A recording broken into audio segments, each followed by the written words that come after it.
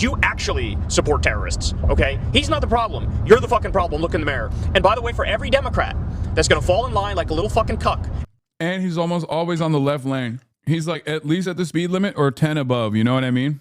Okay, so Gottheimer and Lawler, I saw the thing. It said like one of them takes $1 million from AIPAC. One of them took $2 million from AIPAC. Both of them have taken fawning pictures with Benjamin Netanyahu.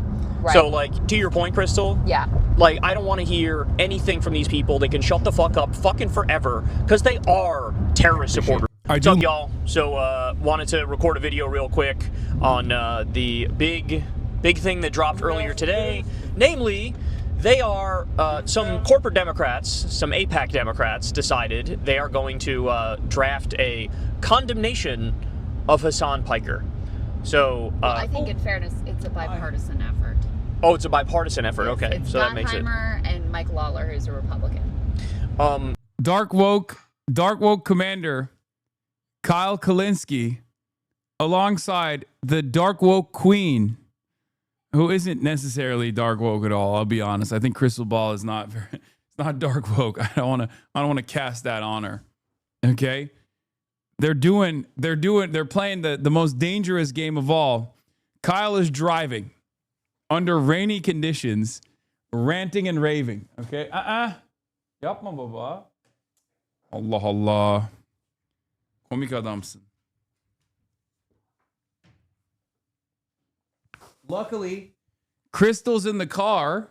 The queen is in the car to read the articles for our Dark Lord, our Dark Woke General, okay, our Brigadier General Kyle Kulinski, because otherwise he'd be doing the reading, okay? Know how I know Kyle's from Kentucky? I don't know how you know that. Hasan, come to Hawaii, please. Hawaiian Airlines was bought out by Alaskan Airlines. Oh, I will be coming to Hawaii. I forget exactly when, but I will be coming to Hawaii. I think next year. Isn't that nice? So come to Hawaii, please. Your wishes are my command.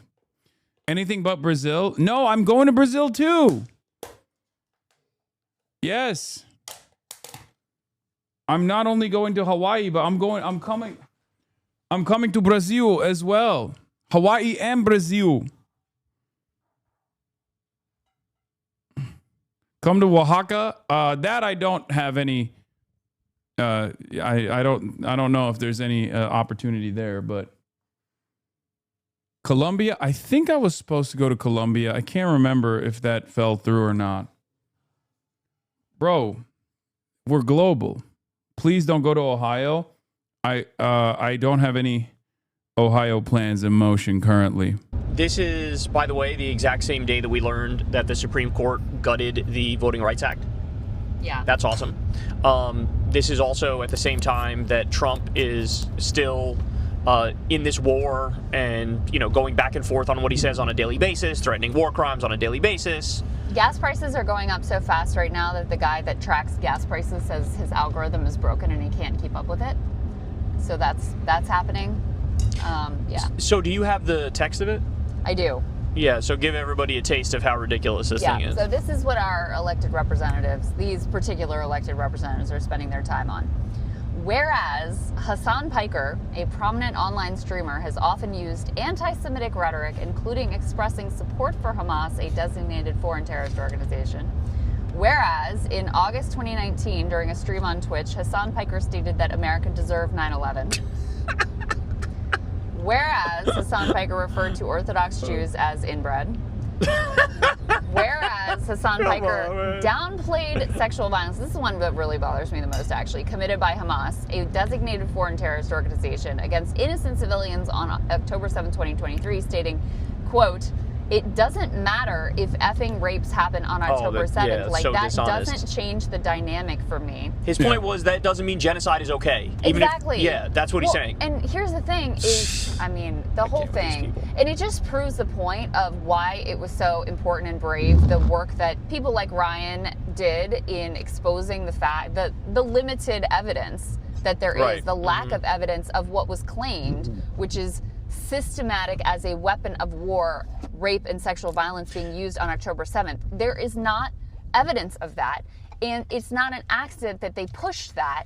And you can see, you know, exactly how they use that to justify genocide. And then they say, no, if you don't accept all of our most maximalist claims, or if you, Hasan has always been careful to say, like, yeah, I don't know, like, it's very possible that that did happen.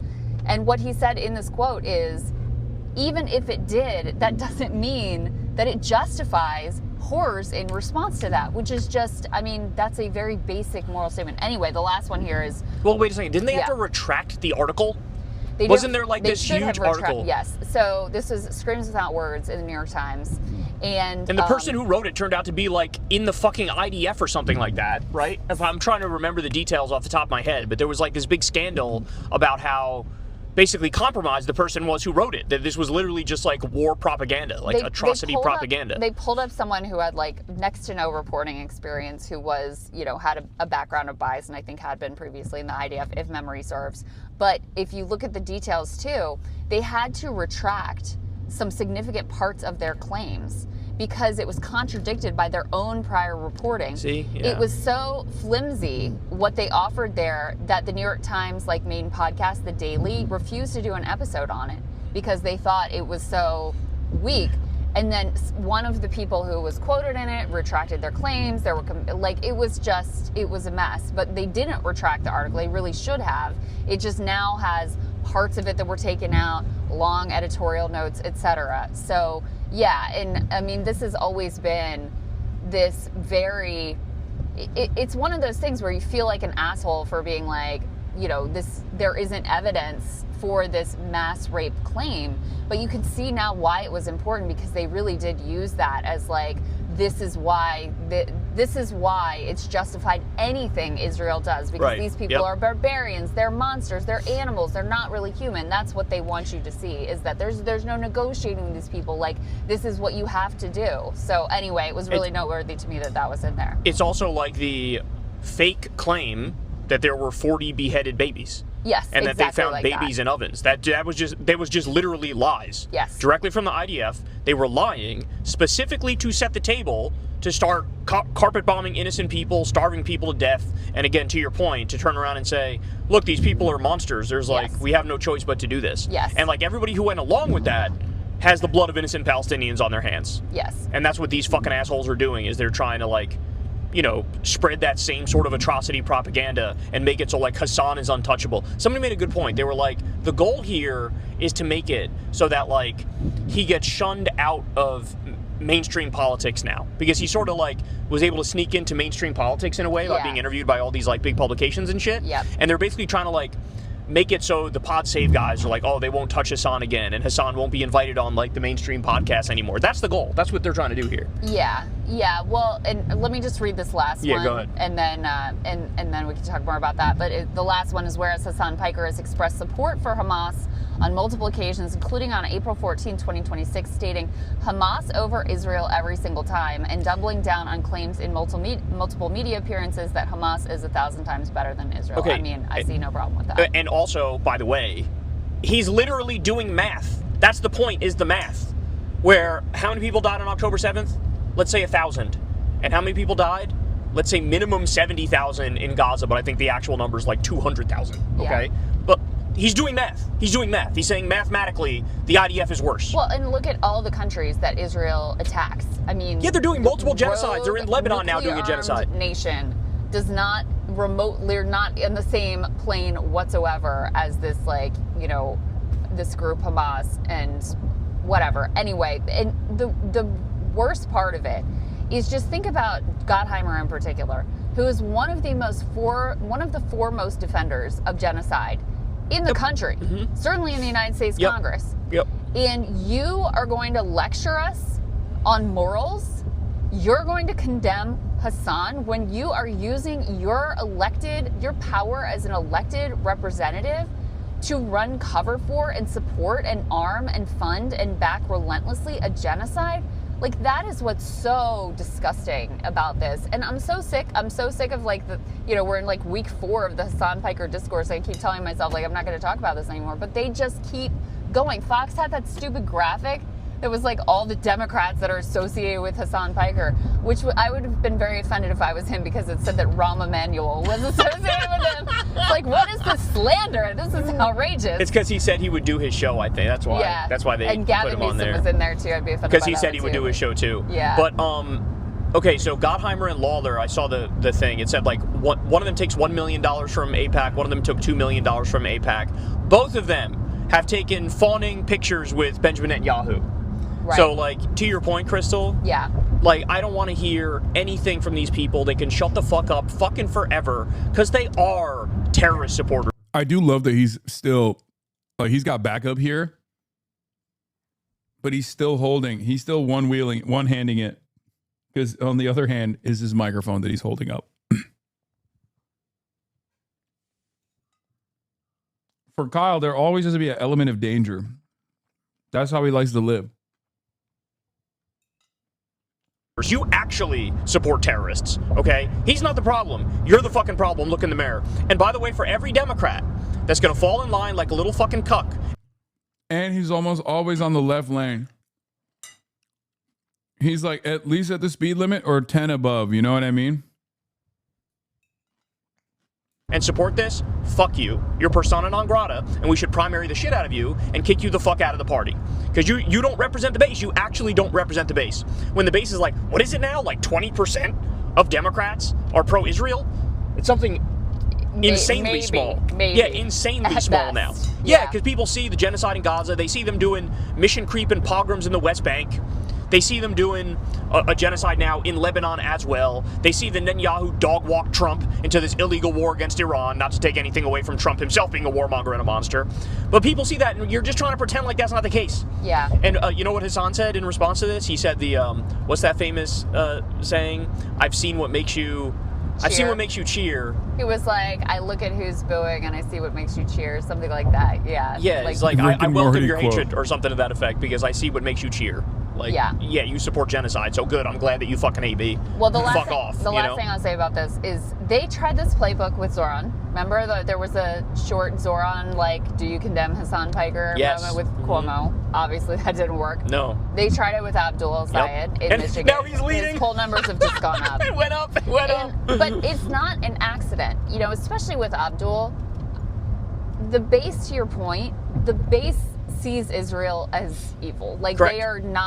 They do not think that they're our great ally and we got to support. Like, that's over. It's done. Dead. Done. And they're looking for, okay, who are the candidates who have some sort of a moral compass here?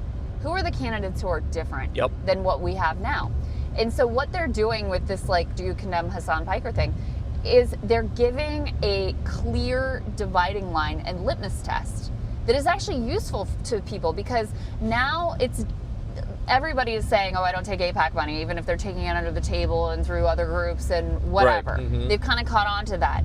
So this is actually helping to clarify. In the Michigan race, you have Abdul, you've got Mallory McMorrow, and you've got Haley Stevens. Well, we knew Haley Stevens was the AIPAC pick, but Mallory McMorrow had really tried to walk this line. You know, she said it's a genocide. She said she's not taking AIPAC money, etc. I think she said it's a genocide. And once they came in and made this big stink about Hasan, it was clear to people, oh, that's the one. Mallory and Haley are over here. Abdul's over here. And Abdul is over here. That's right. It was clarifying to people. And so I think I don't know why they think this playbook is going to work for them this time versus the other times that they've tried it, when it has backfired and actually strengthened exactly the candidates that they wanted to stop. They still think they could do like 2004 type propaganda. It reminds me of like when there was a freak out about a mosque being built near Ground Zero. Yeah. Like, can you believe they're building it? It's like this. That's what this sort of feels like. Is like, can you believe Hassan Piker said this? And that's like, bro, like we were just saying, we're right now fucking gas prices are skyrocketing, grocery prices are going up, the percentage of the American people who are cool with how the economy is like fucking 22%, something insanely low. People see that we're spending $2 billion a day to blow up little girls' elementary schools in Iran, and you're gonna fucking punch to the left and go after a streamer who's, by the way, actually popular compared to these fucking idiots. Nobody likes these people except APAC, right? And who genuinely, I think is one of the most against anti-Semitism in the whole fucking country. Yeah, because who's his audience? It's a lot of young men who could very easily be caught up in a different algorithm and end up at Nick Fuentes' exactly, doorstep. Of course. And instead, he is so careful all the time to say, this is not about Jewish people. This is about Israel. This is about Israel. And Zionism. Zionism is the problem. Exactly. Not Judaism. Not Judaism. And so, I'm sure there are many people who could have gone in a different direction and seen what Israel's doing and just say, oh, all the Jews, blah, blah, blah. Instead, he is giving them the understanding of universalist principles and standing up for human rights. So that's the other part of it that is so disgusting and ironic, is that they're making anti-Semitism worse. They're making anti-Semitism worse. And Lauer, who would equate all Jews with... Bro, did they get the Mossad gun? What happened? They got hit with the Mossad laser beam. This monstrous genocidal ideology. They're the ones who are truly stoking anti-Semitism here. So I want a resolution condemning them personally. I mean, I want a resolution condemning them for arming and funding a genocide and cheerleading it on, Yeah. They're just absolutely atrocious. Anyway, I told Hasan that I'm a little jealous that he's the main character. Mark Levin did like an hour on him the other day. I was like, why can't any of these people give me some smoke? I want the smoke. I want the fucking smoke. Ben Shapiro, Mark Levin. It's because you're white. That's what it is. It's the same reason why Felix doesn't get it either. I think that's part of it, because this is a way to like associate me with terrorism and therefore the candidates that I'm aligning with terrorism. Anyway, let's get to Tucker Carlson. You spent a day with Trump. Tucker Carlson did an hour and 51 minutes with the New York Times, and there's some gems in here. And sort of like you're in this kind of dreamland. It's like smoking hash or something. It's interesting. Very interesting.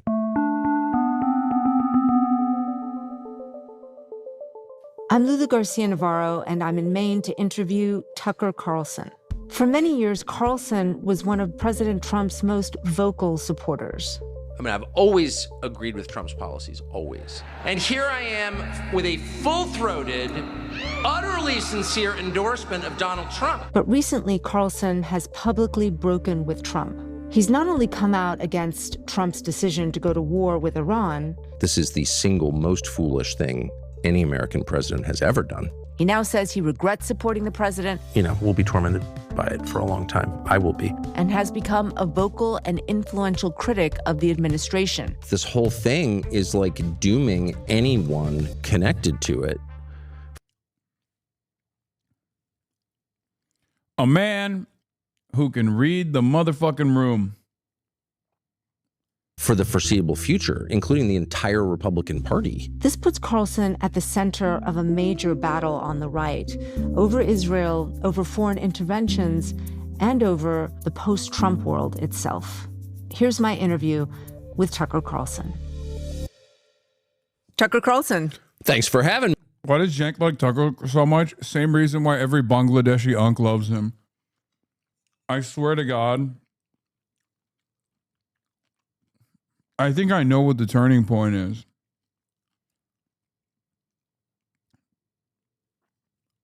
Tucker Carlson defended Muslims a couple times, and that's what it took. And my unk turned into a Bangladeshi unk on a WhatsApp chat. When it goes a long way, chatters, I'm telling you. And Cenk is like not like a Muslim unk at all, right? He's like American through and through. But when you got a white boy, I mean, just fucking country white, okay? We're talking, well, not country club white, right?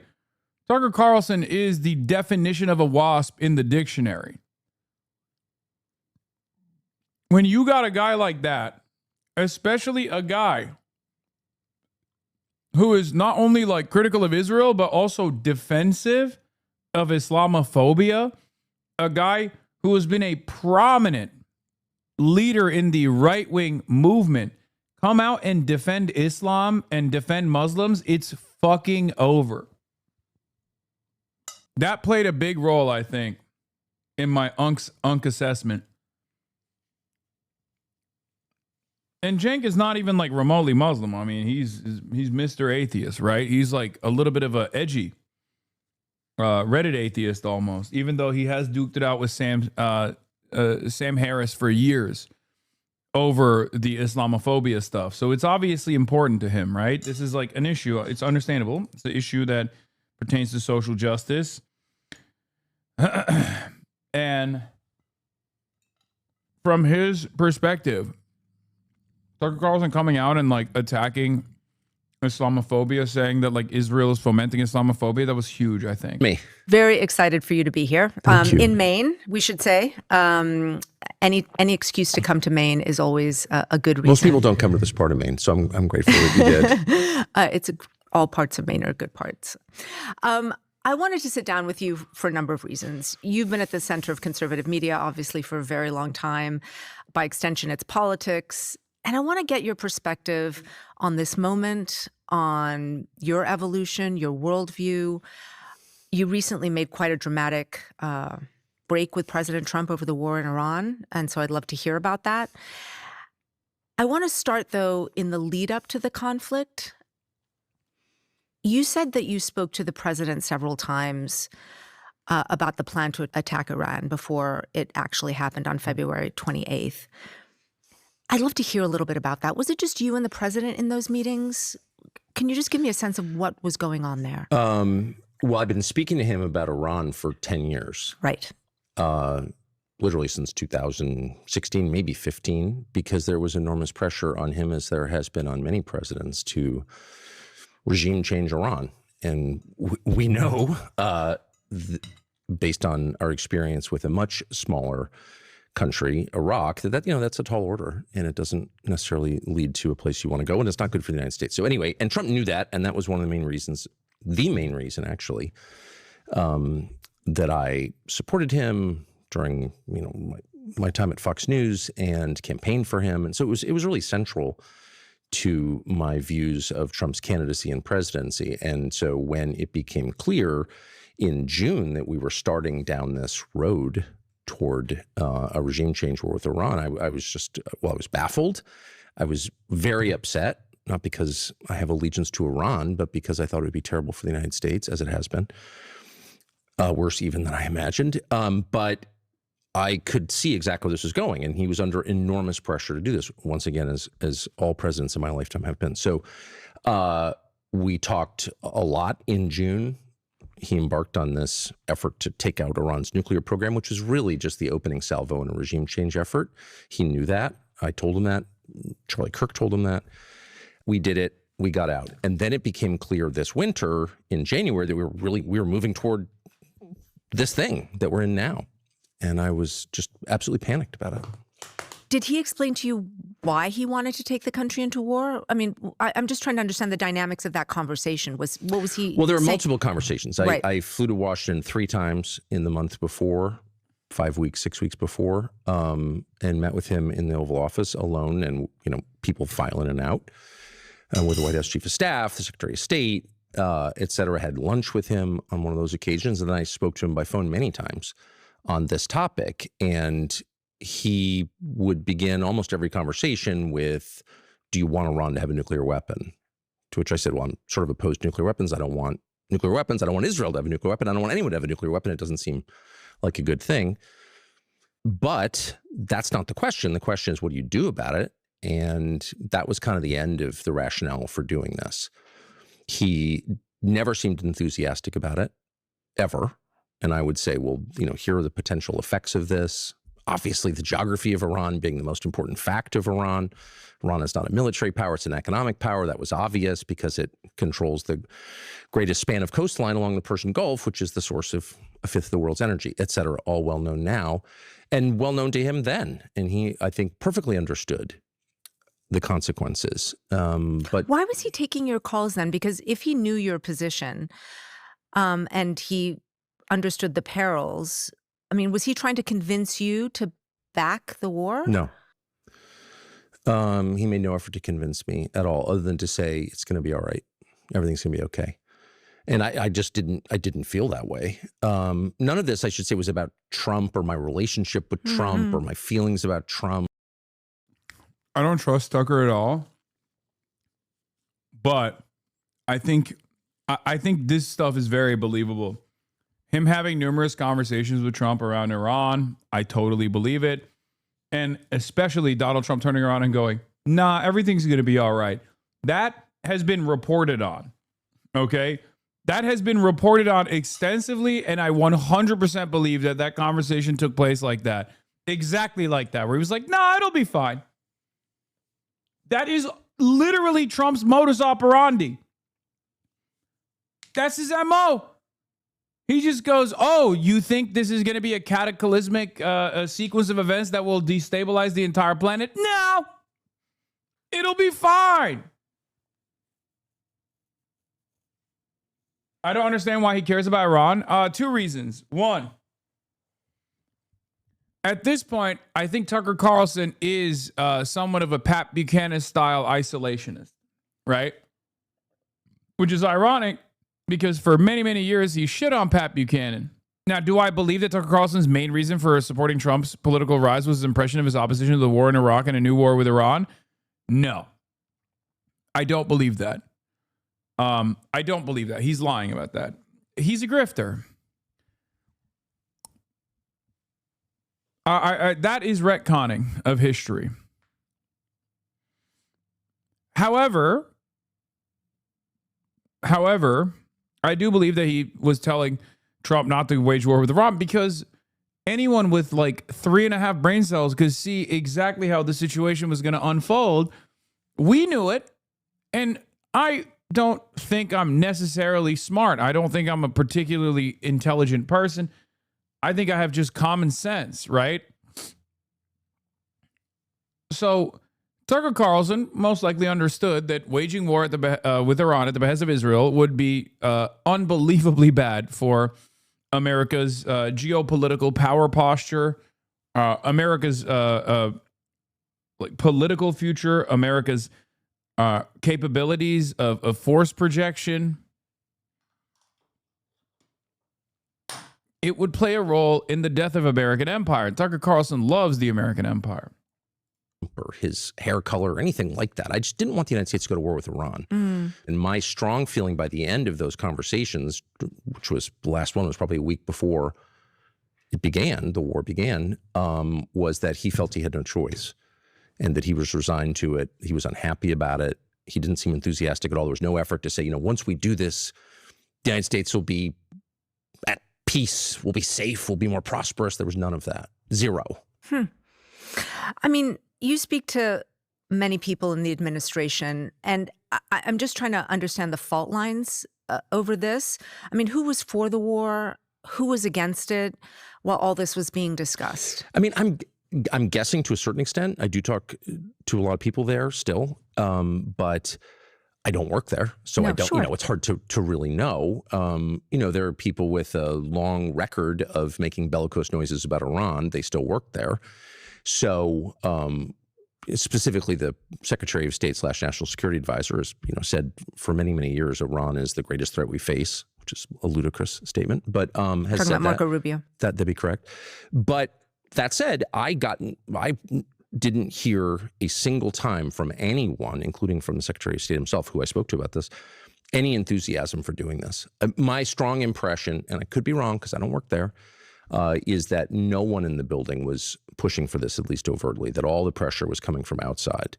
Constant calls from donors and people with influence over the president, well-known Rupert Murdoch, Miriam Adelson, et cetera, et cetera, et cetera. And then a small constellation of, I guess they'd be called influencers, beginning with Mark Levin, but there were others, Sean Hannity, pushing the president to do this and telling him that you will be a figure out of history, you will save and redeem Israel or something.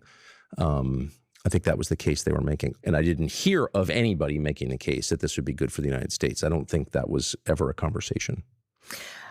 I mean, there's been a lot of speculation about the president's mindset during this period. Yes. And part of it is, of course, about what happened after Venezuela and the successful, in their view, operation there, removing Maduro from office, and that he felt sort of emboldened by that, the success of that operation, and that he felt that this was going to be similar, that he underestimated the Iranians and what they might do in response to an attack. Yeah, I don't believe that. I think the Venezuela operation allowed him to retreat into a kind of fantasy in which he told himself this is going to be easy. But I don't think he believed that. And I should say, having spoken to him a lot in this calendar year, I detected no evidence at all of dementia, mental decline. You hear people say, well, he's gone, soft. That was not my impression at all. Trump is not well informed on a lot of topics, for sure, is proudly ignorant on a lot of topics, but he has kind of remarkable powers of insight into people and power dynamics. Like, you don't get to be president by accident. The guy's smart in the ways that matter politically. And my strong read was that he was doing this against his will. Famously, oh my the God. head of the Counterterrorism Center, one of the top intel officials in the country, Joe Kent, resigned shortly after the war began and said, oh my God. Okay, listen. Oh, dude. Stabbed in the back. Okay? Remember those words. Okay, I have in the past been critical of people, criticizing me for saying like, oh, Tucker Carlson says Trump is a slave to Israel. This is him working through the steps of regenerating a stabbed in the back myth for the glorious President Donald Trump and the glorious American nationalist movement that unfortunately made the mistake of listening to the Jews. Okay? 100p. For those of you who don't know, stabbed in the back is a myth from an anti-Semitic conceptualization from Nazi Germany era, the Nazi Germany era, the idea that like Jews stabbed Germany in the back and therefore they must be punished. Okay? What he is doing right here, because look, I also think Israel urged and goaded and maybe even duped Trump into taking action in Iran. So I guess by some estimation, and I think my analysis is factoring in simply the truth, right? There is a little bit of an alignment with what Tucker and I are seeing. But if you actually scratch the surface, you realize that Tucker's sentiment here is to preserve the integrity and the myth of American imperialism being a force of good. Okay? I don't have that assessment. I don't believe that American imperialism and American empire is a source of good. Tucker does. So what he's basically trying to design here is the notion that Israel, the Jewish state, okay, he will never say it was the Jews that did it until it's like permissible to openly say that, right? Like until, there is no stigma whatsoever associated with that. That's what I mean when I say openly say that. But his assessment is most likely that, right? But he won't say it.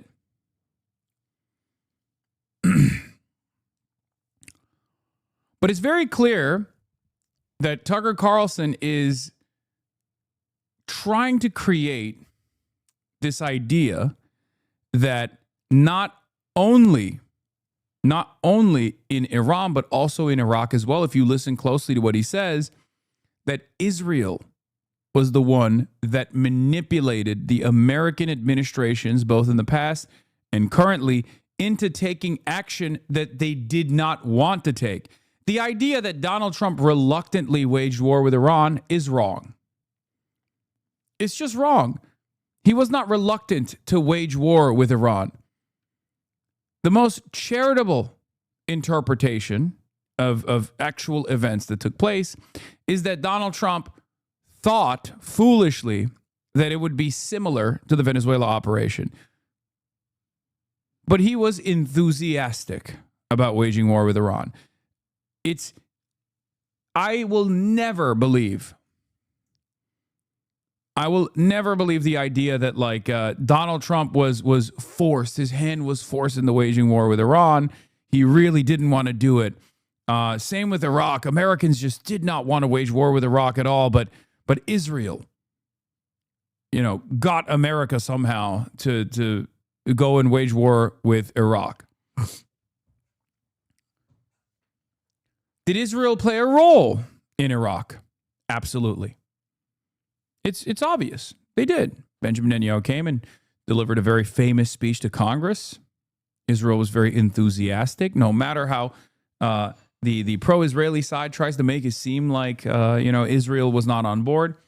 American Jews were not on board, obviously, with the war in Iraq, as they are not on board with the war in Iran either, because they're American Jews. They're American, okay? They're American first. They're just Jews who happen to live in America. The idea that they are unbelievably loyal and only care about Israel is definitely presented by a lot of Jewish institutions, but if you look at the polling, you realize that that's not necessarily the truth, right?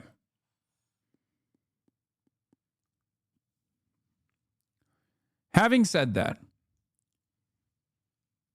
I don't make the same distinction for Iran. And you might say, why?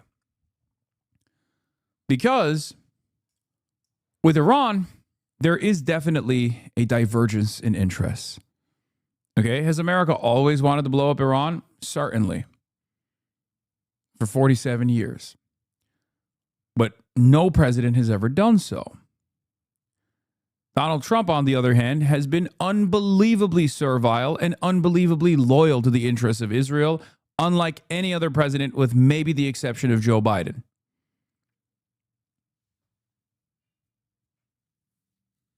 Okay?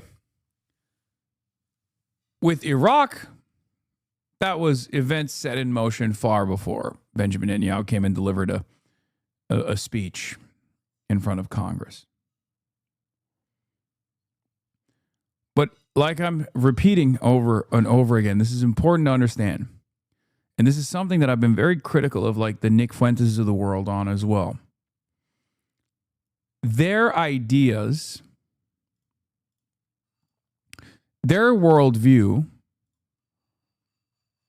revolves around this false notion that American imperialism specifically, is a force for good. It tames the wild beasts of the world. And America can only do wrong if it's actually goaded into or forced through blackmail, hypnosis, whatever you want to call it.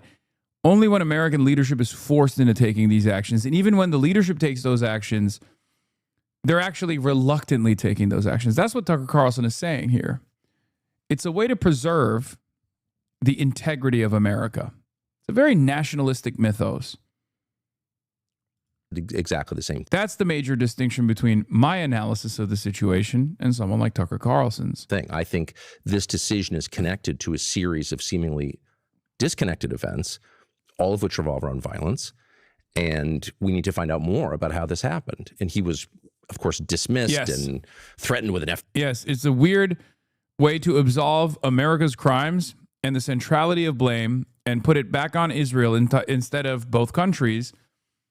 And that is the reason why this is a very appealing sentiment for many Americans who already have that American exceptionalist attitude regardless. That's what's so terrifying about this prospect, and that's precisely the reason why, for two reasons. One, it's much easier to fucking blame the Jews than to blame ourselves.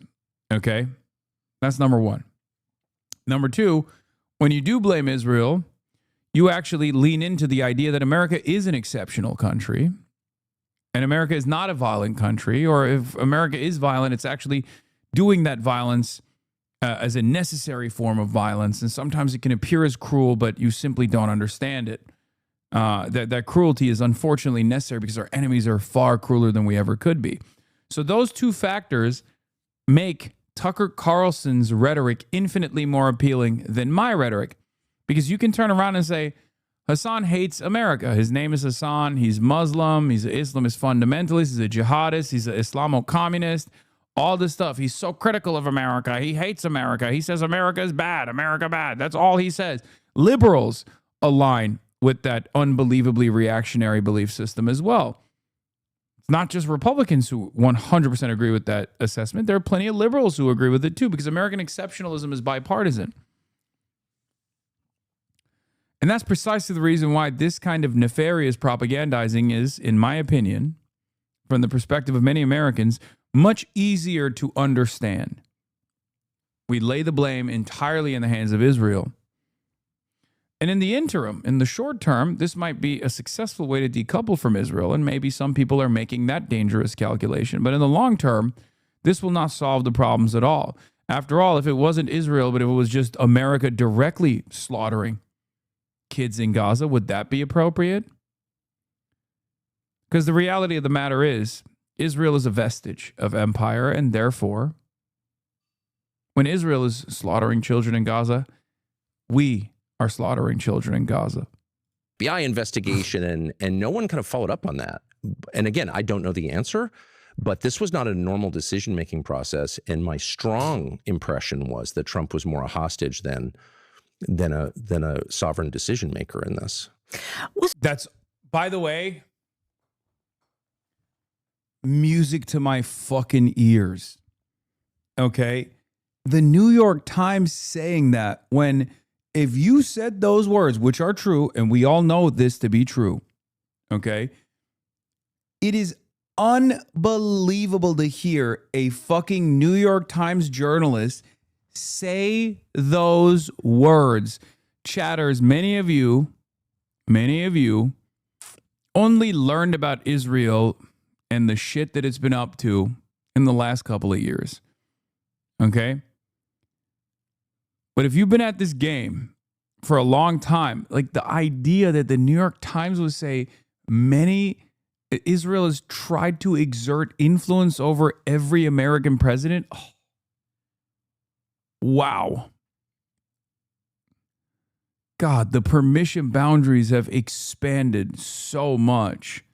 Yeah, she said obviously. She even started with obviously. Oh, was it obvious? It was obvious to me. You say that 4 years ago, you're going to anti-Semitism prison, okay? You say that 4 years ago, you are never having a career. Your media career is over. If you say that at the Jiffy Lube, your job at the Jiffy Lube is over. You can't work for another auto mechanic for the rest of your dang life. You got to fucking move different zip codes. Canary Mission's coming after you. They're doxing you. They're doxing your family. They're doxing your dog, okay? So the fact that the New York Times, the paper of record, and its representative is openly saying, obviously, oof, times have changed. To decapitate Iran, to do a joint military operation in the Middle East, which this is the first time really that this has happened, where the United States and Israel are doing a joint military operation against a Muslim country.